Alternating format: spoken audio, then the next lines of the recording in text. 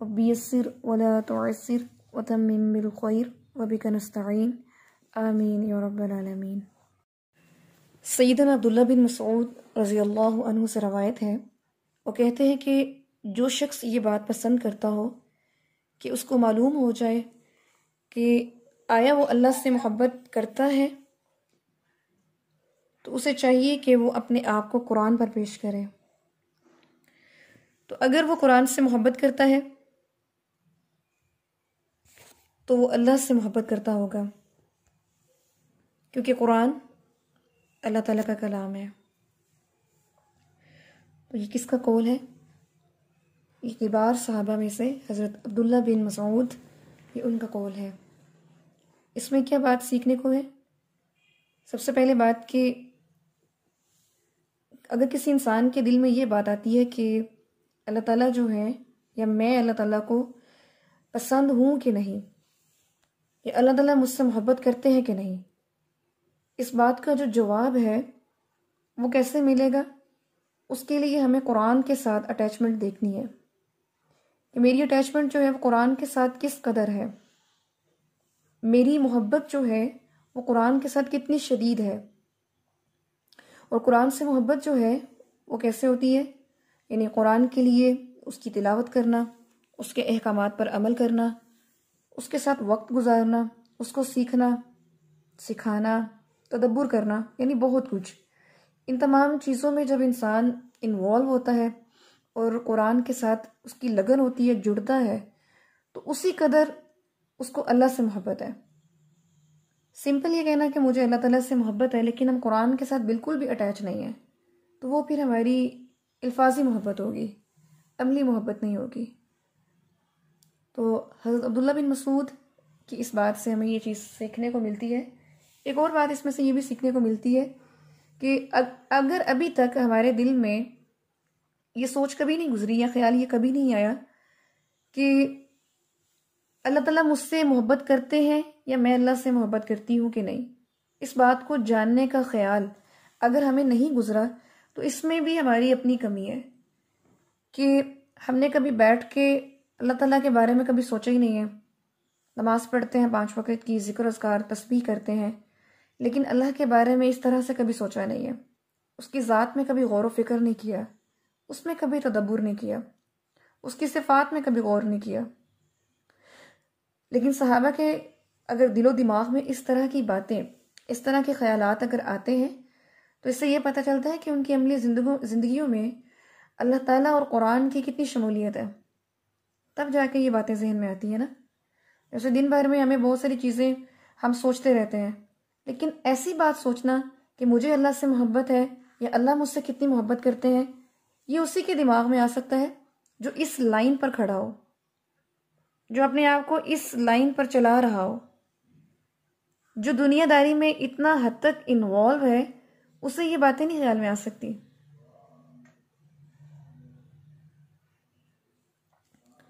तो इस चीज़ से हमने ये सीखना है, और इंशाल्लाह इंडिविजुअली, कि अपनी मोहब्बत को चेक करना है। और अपनी मोहब्बत को चेक करने के लिए कुरान के साथ अपनी लगन, अपनी मसरूफियत को चेक करना है। जितना टाइम, जितना वक्त हम कुरान को देते हैं, उससे यही चीज़ सामने आएगी कि उतनी ही हम अपने अल्लाह से मोहब्बत करते हैं। तो इंशाअल्लाह, जैसे कल मैंने ये क्वेश्चन पूछा था कि आप में से कितने लोग तफसीर के साथ जुड़े हुए हैं, एक्सप्लेनेशन या ग्रामर या इस तरह से कितने लोग जो है तफसीर कर रहे हैं किसी ग्रुप में या ऑनलाइन क्लास में या लाइव क्लास में। तो आप लोगों ने बताया था, कुछ लोग ऐसे थे जो नहीं जुड़े हुए उसमें। तो ऑनलाइन क्लासेस बहुत सारी हैं, आप मुझे पर्सनली मैसेज कर सकते हैं, तो इंशाल्लाह आपको तफसीर क्लास में अटैच कर दिया जाएगा, ताकि आप लोग जहाँ तजवीद में मेहनत कर रहे हैं तो आप तफसीर के साथ भी अटैचमेंट कर सकें।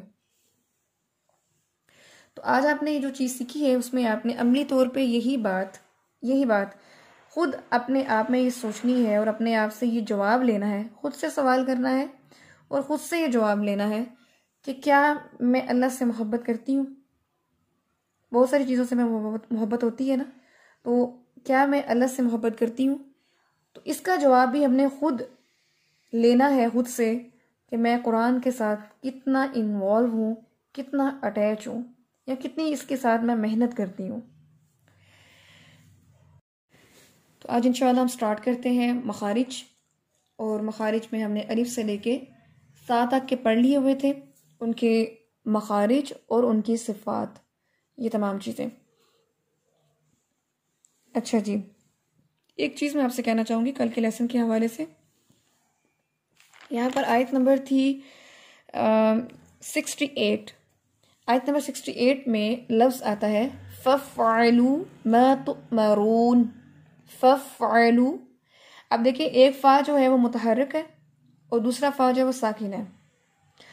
अब फ़ा की अभी आपने मखरज तो नहीं पढ़ा, लेकिन इस फ़ा का जो इसकी क्वालिटी है वो सांस का खारिज होना है, यानी इसमें सांस ज़्यादा से ज़्यादा आती है। तो जिन स्टूडेंट्स ने यहाँ पर सांस का इखराज नहीं किया, उन्होंने यहाँ पे ऐसे पढ़ा फ़फ़अलू, फ़फ़अलू। ठीक है, तो जब आप किसी हर्फ की क्वालिटी मिस कर देते हैं, किसी हर्फ की क्वालिटी मिस कर देते हैं, तो वो हर्फ नामुकम्मल हो जाता है।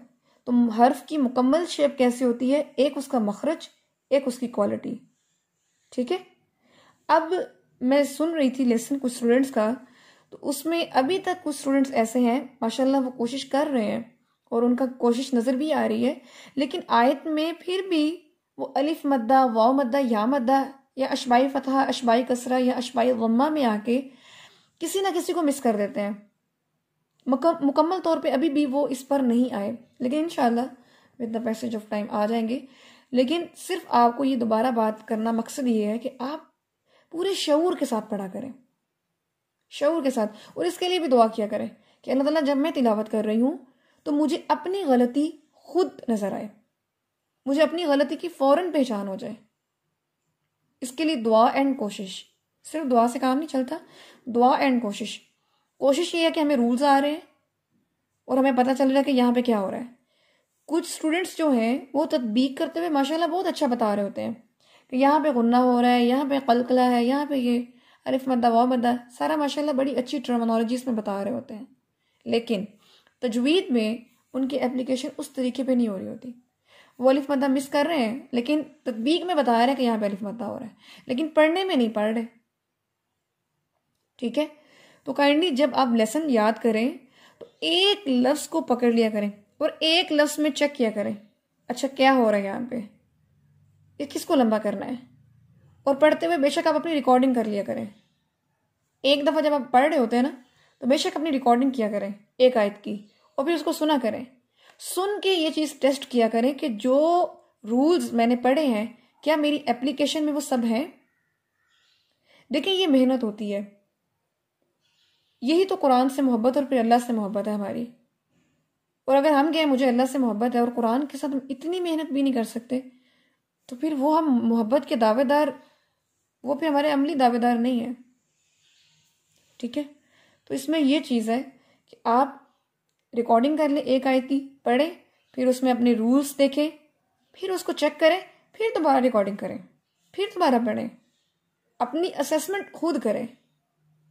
ये बहुत प्यारी चीज़ है कि अल्लाह ताला क़ारी कुरान को ये शर्फ दे देते हैं कि वो अपनी गलती खुद पहचान लेता है। बहुत सारे ऐसे स्टूडेंट्स होते हैं कि वो कहते हैं हम पढ़ रहे होते हैं, हमारा फोकस पढ़ने पे होता है, हमें अपनी गलती का पता ही नहीं चलता, सुनने वाले को पता चलता है।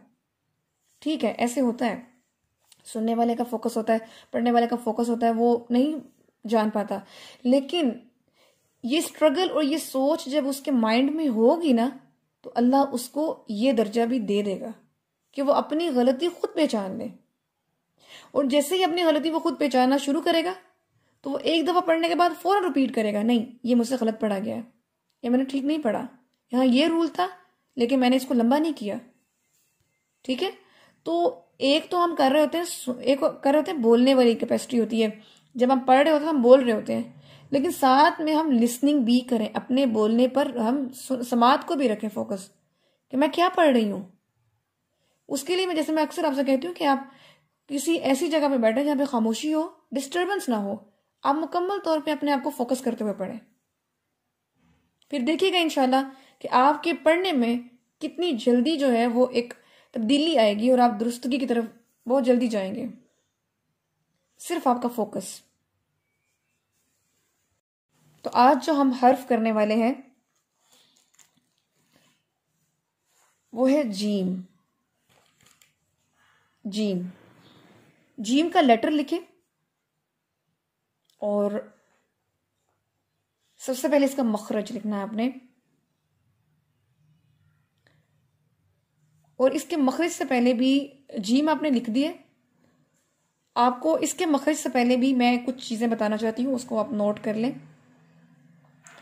उसमें यह है, जैसे जुबान है, हमने पढ़ा था ना मखारिज के स्टार्ट में कि हमारे माउथ पर, यानी कि हमारे माउथ में, ये जो हमारा मुंह है, इसमें 5 ऐसे हिस्से हैं जहां से हुरूफ अदा होते हैं। 5 ऐसे हिस्से हैं जहां से हुरूफ अदा होते हैं, हुरूफ की अदायगी होती है। उसमें से पहला हिस्सा है हमारा हल्क, थ्रॉट, गला, ठीक है, जो चिन से लेके चेस्ट तक है। तो एक पहला पार्ट है हल्क। हल्क से हमारे हुरूफ अदा होते हैं। वो कितने होते हैं, कौन से होते हैं, वो बाद में देखेंगे। अभी बुनियादी चीज हल्क। सेकंड जो चीज है वो है जुबान। अरबी में कहते हैं लिसान, उर्दू में कहते हैं जुबान। तो सेकंड जो है वो लिसान है, जहां से हमारे हुरूफ अदा होते हैं। थर्ड पे आप लिखिए जोफे दहन। जोफे दहन जो है वो मैंने अरबी में बोला है, तो उर्दू में कहते हैं मुंह का खाली हिस्सा। मुंह का खाली हिस्सा। अब मुंह का खाली हिस्सा क्या है? हमारे मुंह में दांत है साइड्स पर, ऊपर नीचे जॉ में दांत है साइड्स पर, नीचे क्या है, जुबान है, और दरमियान में जो पार्ट है वो क्या है, वो खाली है, ठीक है। इसको कहते हैं मुंह का खाली हिस्सा। फोर्थ वन इज शफतान, लिप्स, दोनों होंठ।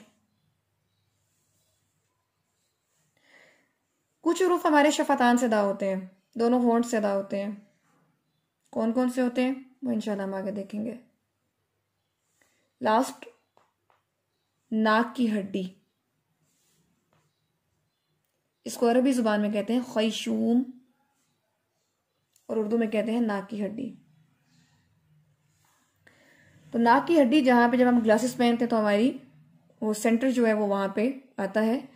तो ऊपर हमारा फोरहेड है, फोरहेड से कुछ भी अदा नहीं होता, चिक्स से कुछ अदा नहीं होता, ठीक है। लिप्स, हल्क, मुंह का खाली हिस्सा, लिसान और नाक की हड्डी यानी खैशूम, ये वो हमारे 5 बुनियादी पार्ट्स हैं जहां से हमारे हुरूफ की अदायगी होती है।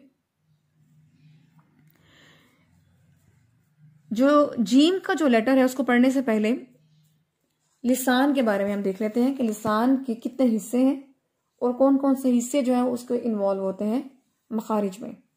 जी, जुबान को समझने के लिए आप अपने हाथ को एग्जाम्पल ले सकते हैं, यानी आप अपना हाथ खोलें सामने, ठीक है, और हाथ ऐसे खुला हो कि जो उसकी फिंगर्स हैं वो सिमटी हुई हो, अंगूठा भी सेपरेट ना हो, सिमटा हुआ हो, साथ में हथेली के साथ में हो। अब आप सब ने अपने हाथ को सामने रखें और जैसे जैसे मैं बोलती जाऊंगी उस हिस्से को आपने वॉच करते जाना है। हाथ की एग्जाम्पल क्यों दी जा रही है? क्योंकि जुबान की शेप हाथ की शेप से रिजेम्बलेंस है, आपस में मिलती जुलती है, इसलिए जुबान तो हम बाहर निकाल के नहीं देख सकते, लेकिन अपने हाथ की जरिए से जुबान को समझ सकते हैं, ठीक है। तो हाथ की शेप में सबसे पहले देखें आप कि जुबान की नोक को देखें। जैसे जुबान की नोक होती है, इसी तरह हमारे हाथ की दरमियानी उंगली जो है उसका जो एज है, इसकी हाथ की जो हथेली है उसकी नोक बनी हुई है। जुबान भी इसी तरह से हमारी क्या होता है, जो दांतों के पास है, मुंह के बिल्कुल लिप्स के पास, वो हमारी नोक होती है, जुबान की टिप कहते हैं उसे। हाथ की भी टिप है इस तरह बिल्कुल जिस तरह जुबान की टिप होती है। तो ये एक हिस्सा हो गया। आप लिख सकते हैं जुबान की नोक, कॉपी पे मेंशन करें, जुबान के हिस्से मेन हेडिंग दें और उसमें पहला हिस्सा मेंशन करें जुबान की नोक। और जुबान की नोक आपको मैंने पोजीशन बता दी है कि लिप्स के पास जो वी शेप हमारी होती है वो हमारी जुबान की नोक है। और हाथ से मैंने जो हमारी सेंट्रल फिंगर है उसकी जो नोक है वो सबसे ऊपर है ना, बड़ी है, तो इसलिए उसकी नोक में आता है।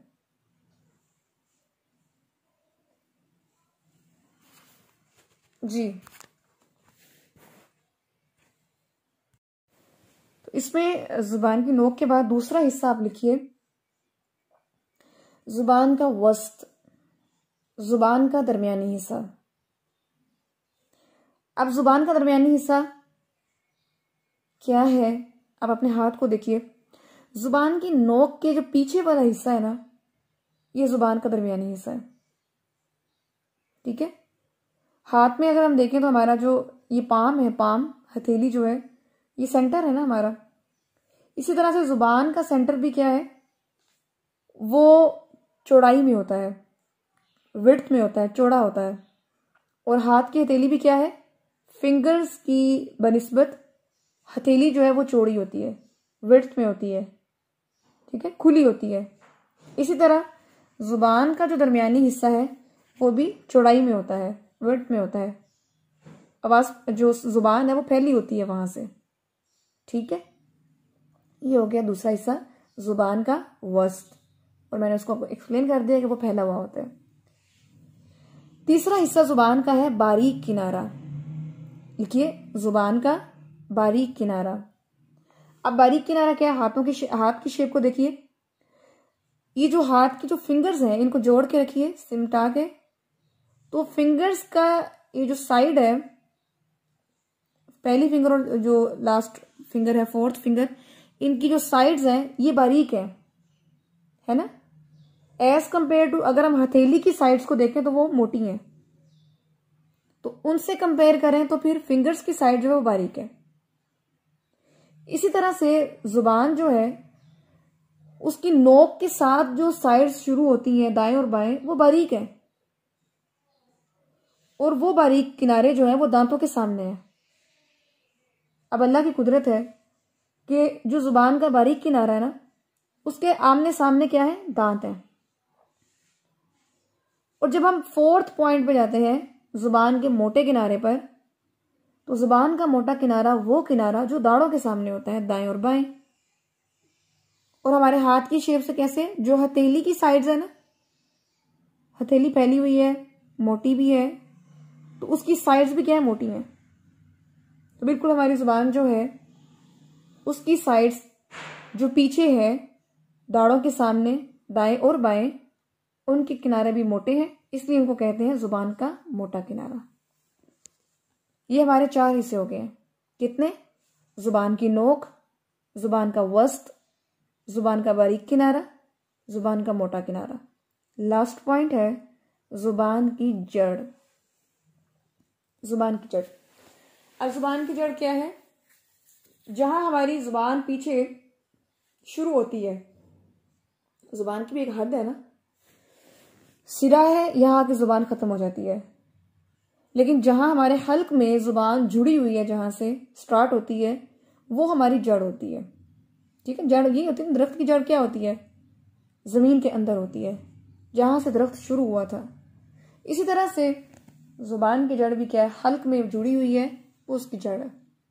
हाथ से अगर समझे तो क्या है, जहां से हमारा हाथ खत्म होता है, कलाई है, जहां से हमारी कलाई शुरू होती है, रिस्ट शुरू होती है, वो हमारा क्या है, वो हमारे हाथ की भी क्या है, वो रूट है। तो इसके साथ अगर आप समझे तो यहां से हमारी जुबान की जड़ शुरू होती है। और उसके बाद पीछे जो है वो क्या है, वो बाजू है, और यहाँ से सेंटर जो है वो इसका वो रूट है, जहाँ से रिस्ट के आगे हाथ शुरू होता है। तो इस तरह हमारे 5 हिस्से जो है मुकम्मल हो गए। जुबान की नोक, जुबान का वस्त, जुबान का बारीक किनारा, जुबान का मोटा किनारा, जुबान की जड़। चलिए अब देखते हैं जीम का मखरज। तो जीम का जो मखरज है वो लिखिए, जुबान का वस्त, जुबान का वस्त जब अपने ऊपर के तालू से लगे, जुबान का वस्त जब अपने ऊपर के तालू से लगे। अब आपके सामने आपको क्लियर है कि जुबान का वस्त क्या है। वैसे अगर हम अपने हाथ को देखें ना, तो हमारे हाथ में तो जो चौड़ाई वाला हिस्सा वो हमारी पाम है, ठीक है। और जुबान को भी अगर हम अपनी देखें, उसमें भी जो फैला हुआ हिस्सा है वो सेंटर में है जुबान के। तो अभी आप ऐसा एक्टिविटी करें कि आप अपनी जुबान को ऊपर लगाएं, जुबान को ऊपर लगाएं। अब आप नोटिस करेंगे कि आपकी जुबान जब आप ऊपर लगा रहे थे तो उसमें से जुबान को ऊपर लगाते हुए आपकी दरमियानी हिस्सा और जुबान की नोक के पीछे वाला हिस्सा, ये दोनों ऊपर लग रहे हैं। ये बात समझ आई? जुबान का दरमियान जो चौड़ाई वाला हिस्सा है एक वो, और प्लस जुबान की नोक में, नोक के जो पीछे थोड़ा सुकड़ा हुआ जो हिस्सा है वो भी लगता है ऊपर, ठीक है। ये चीज मैं इसलिए बता रही हूं कि जब आप जीम की अदायगी करते हैं, हालांकि ये बहुत आसान हर्फ है, लेकिन इस हर्फ में भी जो सिफात की कुछ मिस्टेक्स आ जाती हैं, तो मैं उस पर आपको थोड़ा सा अवेयरनेस देना चाह रही हूं कि इसमें एक्चुअली पार्ट कौन सा लगता है ऊपर। जब आप जुबान की नोक के पीछे वाला हिस्सा ऊपर लगाते हैं तो ये बिल्कुल थोड़ा सा हिस्सा ऊपर लगता है।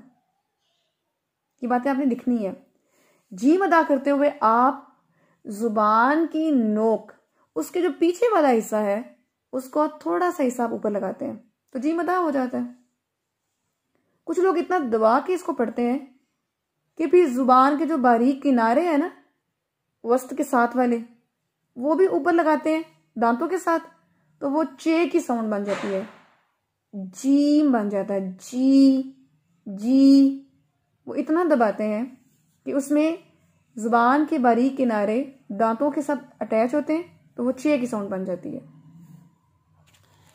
तो अब इसका मखरज क्या है कि वस्तुल लिसान या जुबान का दरमियानी हिस्सा जब अपने ऊपर के तालू से लगे, तालू तो देखिए सारा है हमारे मुंह में, तालू सारा है, लेकिन जो सेंटर पार्ट है ना, उसके ऊपर जो तालू है ये उसके साथ अटैच होगा, ठीक है। अब जो चौड़ाई है जुबान की वो कोई ये तो नहीं है कि पिन पॉइंट तो नहीं है कि बस इतना से इतनी सी जो है ना यहाँ तक अल्लाह ताला ने हद बना दी है। जब हम पढ़ते हैं या बोलते हैं, कौन सी ये मेजरमेंट होती है कि इतना हिस्सा लगना है, बस वो लग रहा है, ठीक है। अभी जब हम जीम पढ़ेंगे तो उसकी अदायगी मैं आपको मजीद मैं बताती हूँ। जैसे हम पढ़ते हैं, पढ़ते हुए आपने नोटिस करना है थोड़ा सा पार्ट आपने लगाना है ऊपर, ज्यादा पार्ट नहीं लगता, पूरे का पूरे जुबान का जो वस्त है वो नहीं लगता, थोड़ा सा पार्ट लगता है ऊपर। तो हम पढ़ते हैं इसे जीम जीम। नोटिस आपने ये करना है, जुबान की नोक के पीछे जो पार्ट है जुबान का वस्त थोड़ा सा ऊपर लगता है तो जीम अदा हो जाता है, ठीक है। अब सब लोग पढ़े जीम जीम। अच्छा जी, अब आप लिखिए, हमजा लिखिए और हमजा के ऊपर जबर डाल दें, साथ में जीम साकिन डाल दें, तो ये बन जाता है हमजा जबर जीम अज अज। ये वो तरीका होता है जिससे हर्फ का मखरज जो है वो तलाश हो जाता है। ठीक है, जीम साकिन जो है वो कलकला करता है, इसलिए इसको मैंने अज पढ़ा है, इसको आज नहीं पढ़ा, आज नहीं पढ़ा। इसमें कलकला है, आवाज पलट के वापस आती है, इसलिए इसको ऐसे पढ़ा है, अज।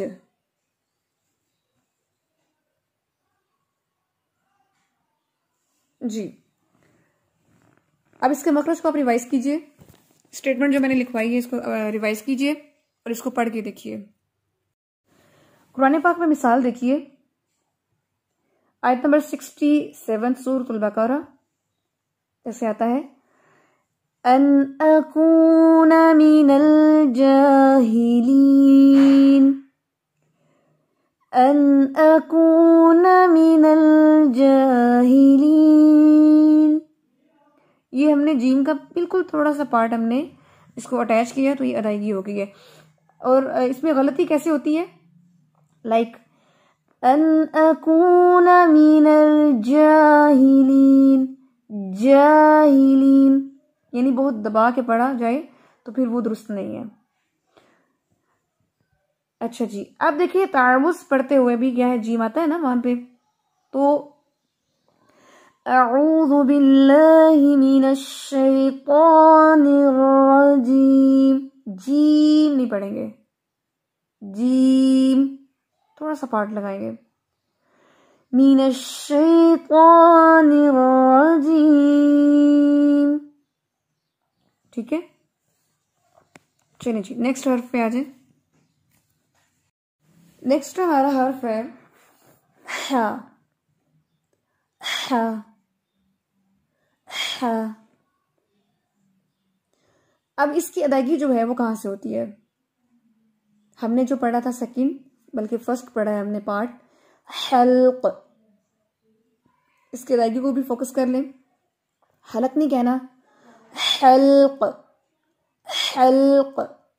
ठीक है, जब आप इसको नॉर्मली भी बोले तो आपने इसको हल्क कह के ही प्रोनाउंस करना है, यही इसकी दुरुस्त अदायगी है। क्योंकि अरबी में गले को हल्क कहते हैं और हलक कहेंगे तो वो बन जाता है सर मुंडवाना। तलफ़ुज़ आपने उसकी प्रोनाउंसिएशन को चेंज किया तो मतलब बदल गया। अच्छा जी, अभी जो हा है ये कहाँ से अदा होता है, ये हमारे हल्क के दरमियानी हिस्से से अदा होता है। अब इसको भी समझ लीजिए, हल्क जो है उसके 3 पार्ट हैं, हल्क के 3 हिस्से होते हैं। जैसे आप ट्री बनाते हैं ना, ट्री बनाते हुए आप उसका स्टेम बनाते हैं, ऐसे तना, ऐसे नेक जैसे नेक लाइन होती है ऐसे बनाते हैं आप, बिल्कुल इस तरह बना लें। तो उसमें क्या है, नीचे जो पार्ट है उसको क्या कहते हैं, उसको कहते हैं निचला हिस्सा।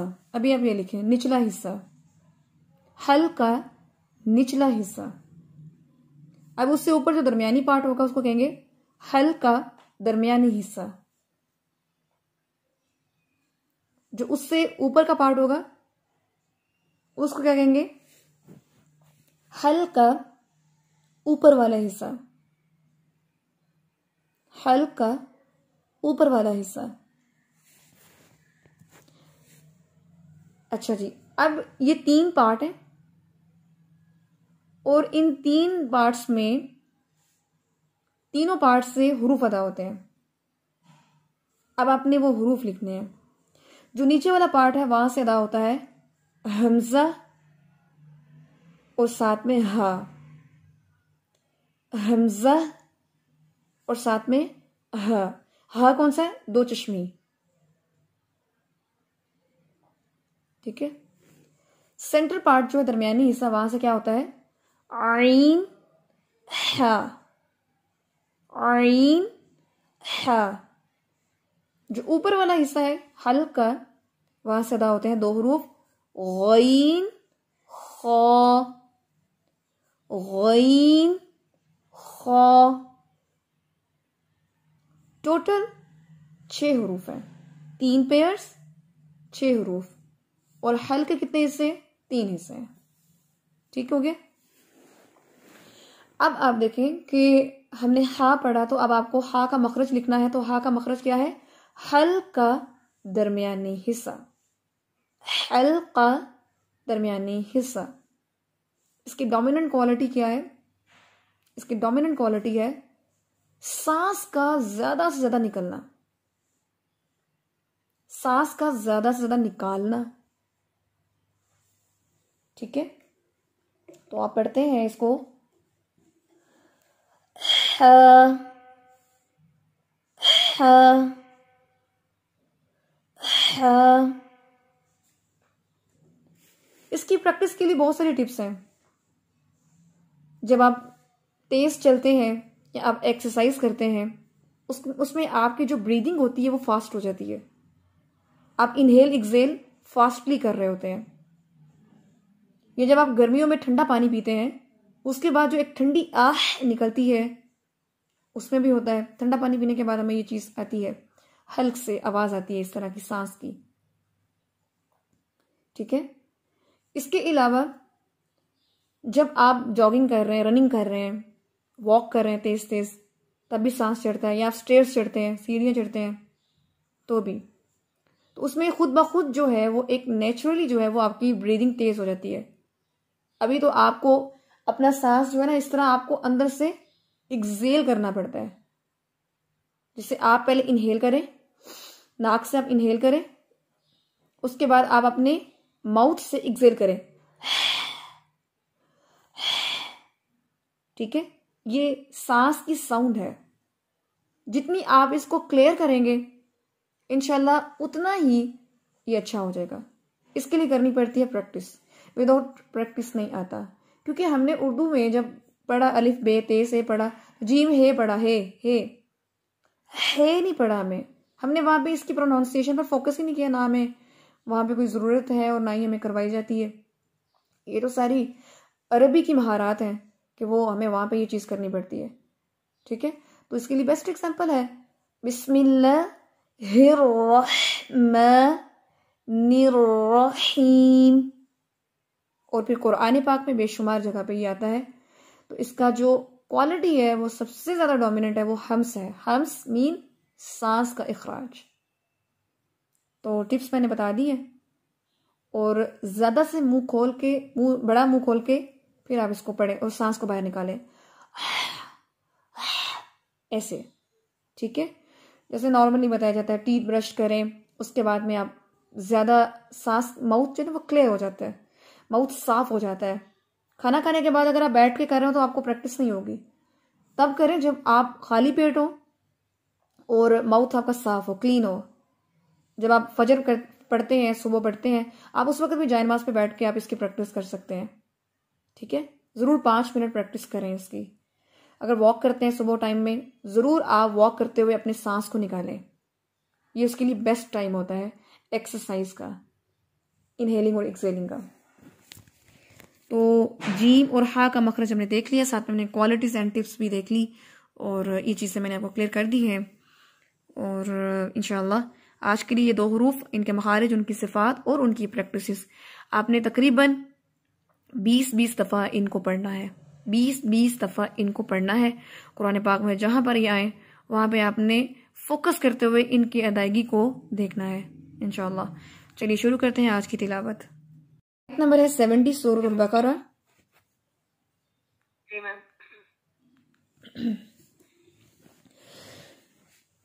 अऊज़ु बिल्लाहि मिनश शैतानिर रजीम।